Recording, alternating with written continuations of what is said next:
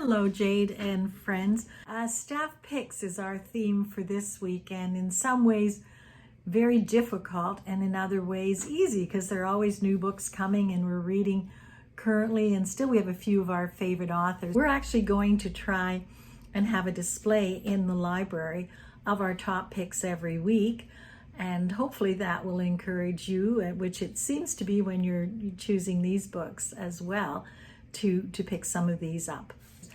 You'll notice a still photograph of the books that we have chosen. And mine, of course, was Louise Penny, The Madness of Crowds, Indian in the Cabinet, which I had reviewed once before, a new, wonderful Richard Wagnese book, Cat by Hugh Russell, Cat in Harm's Way. And last, one of my favorite mystery writers, Donna Leone, and it's her book, The Temptation of Forgiveness, that I'll be talking about very briefly. Because even though it's a little bit of an older book, she certainly is still one of my favorite crime writers. Louise Penny does it again. The Madness of Crowds. I don't have the book in front of me because as soon as I finished it, I put it back out for circulation because we have a lot of people waiting, and I read it very quickly over 2 or 3 nights. It took that long. It's a dense book.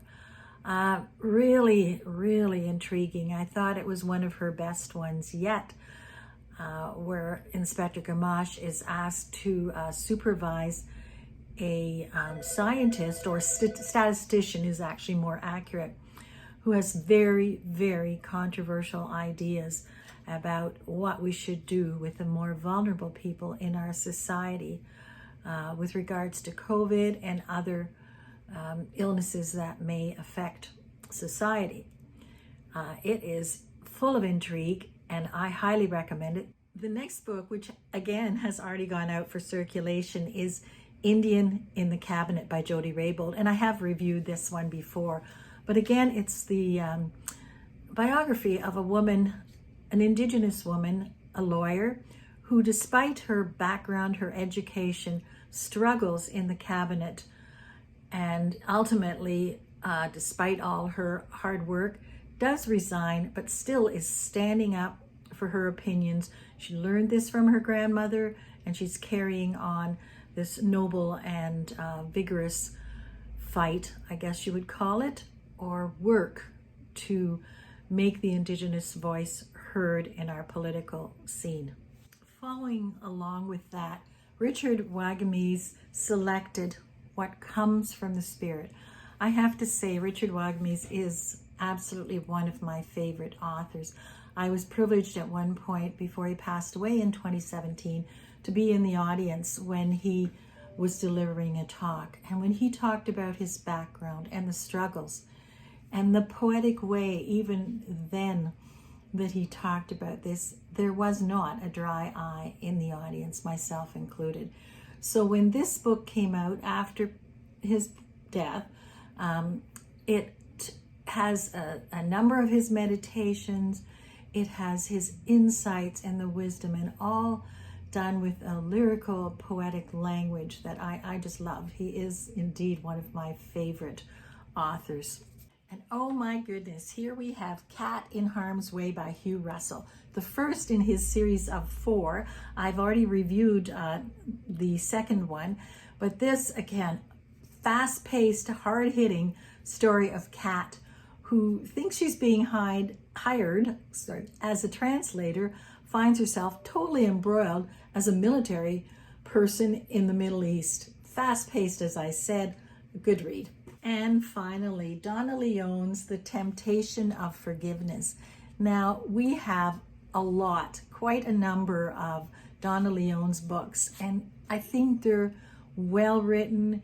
They talk about life in Venice, and then also, of course, Inspector Guido Brunetti and his wife. So this revolves around a family friend who has asked him to intervene, to help out as the tragedy surrounds her family, her son, her husband.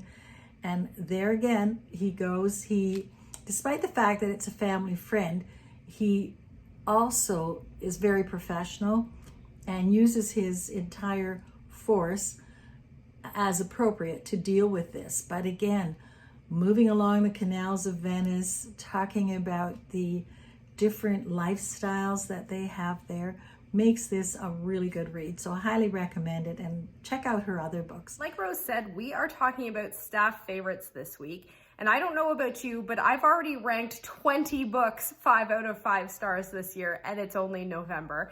So I have a couple to talk about, which I hope you're going to enjoy.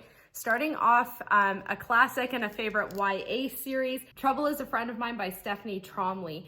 Now, Digby and Zoe, they are an unlikely pair, and they're working their way through the disappearances of a few young women in their town. And Digby, it's not below him to go about it in unconventional manners. It's a good mystery, definitely appropriate for teens and adults alike. But what's really great, there's a little spark of romance in it, and they get themselves into the most ridiculous situations and then get themselves out in the most ridiculous of manners. Always a good laugh with Digby. Now, for adult fiction, my favorite, probably not a surprise, Kelly Armstrong's Rockton series. Now, this was my first 5-star read of the year. That's Alone in the Wild, book 5 in the series. This is set in a fictional community in the Yukon. So I think it's important to read this series from start to finish, although I know not everyone would agree with me on that. Again, that's book 5, so we're well developed in characters there, but my favorite in the series is actually book 2, called A Darkness Absolute. Here there are some murders going on in this very small, tight-knit community. Lucky for us, we've got Dalton and Casey who are on the hunt to figure out who's doing this, and there is a particularly scary scene in a cave, which is just so good. My favorite audiobook for 2021 is Never Saw Me Coming by Vera Kurian. This is a really interesting read. It's about a special group of college students who are invited into this very elite program for psychopaths. Now, it's supposed to be kind of a blind program in that they're not supposed to know who else is in the program, but unfortunately, they end up getting stalked themselves. You'd think the danger would be the psychopaths, but it turns out they're in just as much danger as everyone else. There is a great sort of side plot line going on that comes from a deep-seated revenge need by one of the characters, which gives it that extra element of depth. So again, I would say lots of good reads for 2021. If you guys need any help picking them, just get in touch with your library by emailing frontdesk@shelbournelibrary.ca. Next week, we are heading into books in translation. So our challenge to you is to select a book that was first published in a language that is not your primary language. So for me, my primary language is English. I'm going to read something that was not originally published in English, but has been translated. If you're looking for some suggestions, there is a book list on Koha, which is our catalog. If you need help getting there, again, you can just get in contact with us and we will pick out a good book for you. We want to thank everyone for participating in another one of our virtual programs. If you enjoyed this video, please like and subscribe to our YouTube channel.